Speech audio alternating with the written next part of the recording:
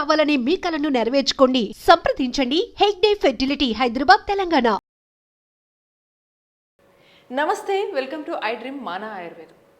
ఈసారి మీ బరువుని చాలా సులువుగా ఎటువంటి సైడ్ ఎఫెక్ట్స్ లేకుండా వంటింటి చిట్కాలతో తగ్గించుకోవాలంటే మనకి వంటింటి చిట్కాలు అనగానే గుర్తొచ్చే ఫేమస్ ఆయుర్వేదం డాక్టర్ మధుసూదన శర్మ గారు మనతో పాటు స్టూడియోలో ఉన్నారు. మరి ఆ చిట్కాలు ఏంటో చూద్దాం. నమస్తే సార్, ఎలా ఉన్నారు సార్? నేను బాగున్నాను సార్. చాలా ఈజీ వే అండ్ సింపుల్గా మాకు బరువు తగ్గే పద్ధతులు మీరు ఈసారి చెప్తా అన్నారు. అవి ఏంటో, అవి ఎలా వాడాలో ఒకసారి చెప్పగలరా సార్? షూర్ అమ్మా. సూక్ష్మంలో మోక్షం అమ్మా. చాలామంది ఆశ్చర్యపోతారు ఆ ఫార్ములా చూస్తే.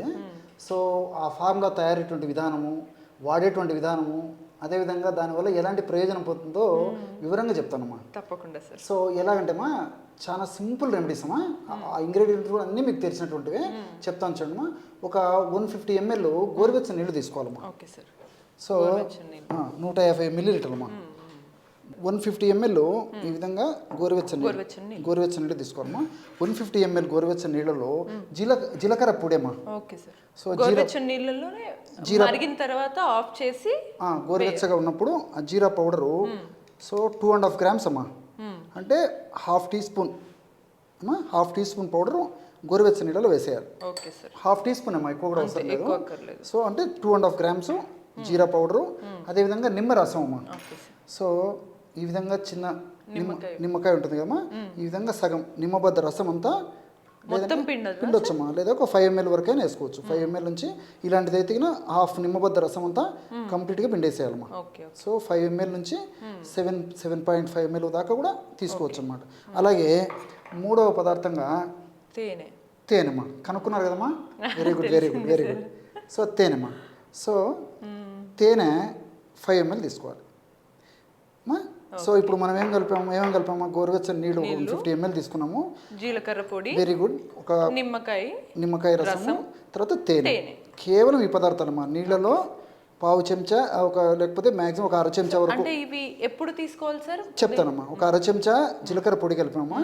సో అరబద్ద నిమ్మరసం కలిపాము, 1 టీ స్పూను తేనె కలిపాము. చూడండి, బ్రహ్మాండమైనటువంటి వెయిట్ లాస్ పద్ధతి అయ్యేందుకు చక్కటి పానీయం రెడీ అయిపోయింది. చాలా అద్భుతంగా పనిచేస్తుంది. లేకుండా చక్కగా మీరు ఎటువంటి సైడ్ ఎఫెక్ట్స్ ఉండవు, హ్యాపీగా రోజు. సార్ ఇవి పొద్దున్న తాగాలా, ఎప్పుడు తాగాలి? చెప్తానమ్మా. ఈ విధంగా తయారు చేసుకున్న తర్వాత మొదటి రోజు మాత్రం ఒక్కసారి తీసుకోవాలమ్మా. ఓకే. సో కొన్నాళ్ళ పాటు రెగ్యులర్గా వాడకాల్సిన మెడిసిన్ కాబట్టి మొదటి రోజు మాత్రం ఒక్కసారి మాత్రమే ఆహారానికి ఒక అరగంట ముందు తీసుకోవాలి. ఉదయం మధ్యాహ్నం రాత్రి. సెకండ్ వచ్చేసి 2 times తీసుకోవాలమ్మా. సో ఉదయం ఒకసారి, రాత్రి ఒకసారి, ఆహారానికి ఒక అరగంట ముందు ఇదే పద్ధతిలో తయారు చేసుకుని తీసుకోవాలి. థర్డ్ డే నుంచి ఉదయము, మధ్యాహ్నం, రాత్రి. సో ఆహారానికి ఒక అరగంట ముందమ్మా ఇదే పద్ధతిలో ఫ్రెష్గా తయారు చేసుకుని తీసుకుంటున్నారమ్మా. ఈ విధంగా వాడుకోవడం వల్ల మీరు చాలా ఆశ్చర్యపోతారమ్మా. ఎంతో మంది వాడి ఆ ఫీడ్బ్యాక్ మాకు ఇచ్చిన తర్వాతనే మీరు అడిగారు కాబట్టి మన ప్రేక్షకుల కోసం తెలియజేయడం జరుగుతుందమ్మా.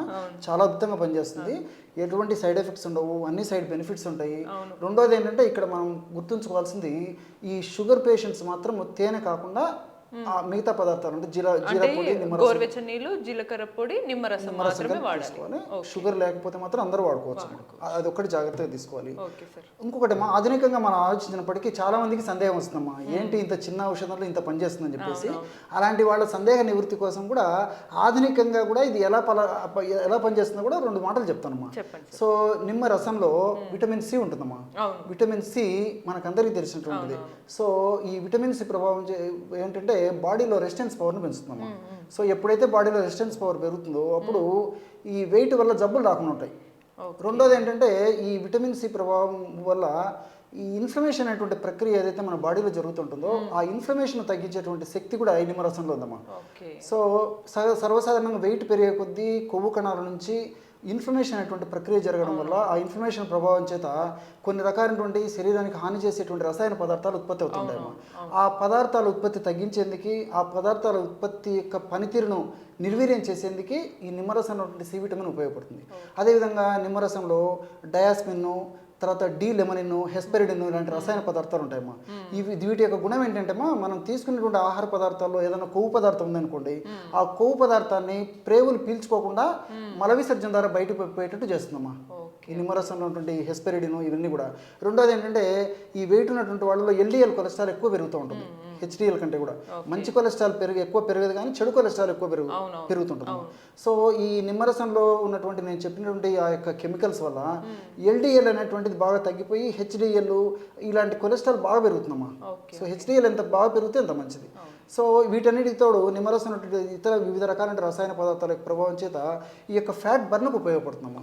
ఎక్కువగా సంచితమైన కొవ్వును కరిగించేందుకు ఉపయోగపడుతుంది. అదేవిధంగా జీలకర్రమ్మా, జీలకర్రలో క్యుమినాల్డిహైడ్, థైమోక్వినాను, అదేవిధంగా ఎపిజిన్ను, ల్యూటియోలిన్ ఇలాంటి అనేక రకాలైన రసాయన పదార్థాలు ఉంటాయమ్మా. ఇందులో క్యుమినాల్డిహైడ్ అనేటువంటి రసాయన పదార్థం యొక్క గుణం ఏంటంటేమ్మా, ఈ మన దేహంలో లిప్టిన్ అనేటువంటి హార్మోన్ ఉత్పత్తి అవుతుంటుందమ్మా. లిప్టిన్ అనేటువంటి హార్మోను ఎక్కువగా ఉత్పత్తి అయ్యే కొద్దీ ఆకలి తగ్గిపోతుంది. సో ఈ యొక్క క్యుమినాల్డిహైడ్ ఏం చేస్తుందంటే జీలకర్ర లిప్టిన్ అనే హార్మోన్ ఎక్కువ ఉత్పత్తి చేస్తుందమ్మా.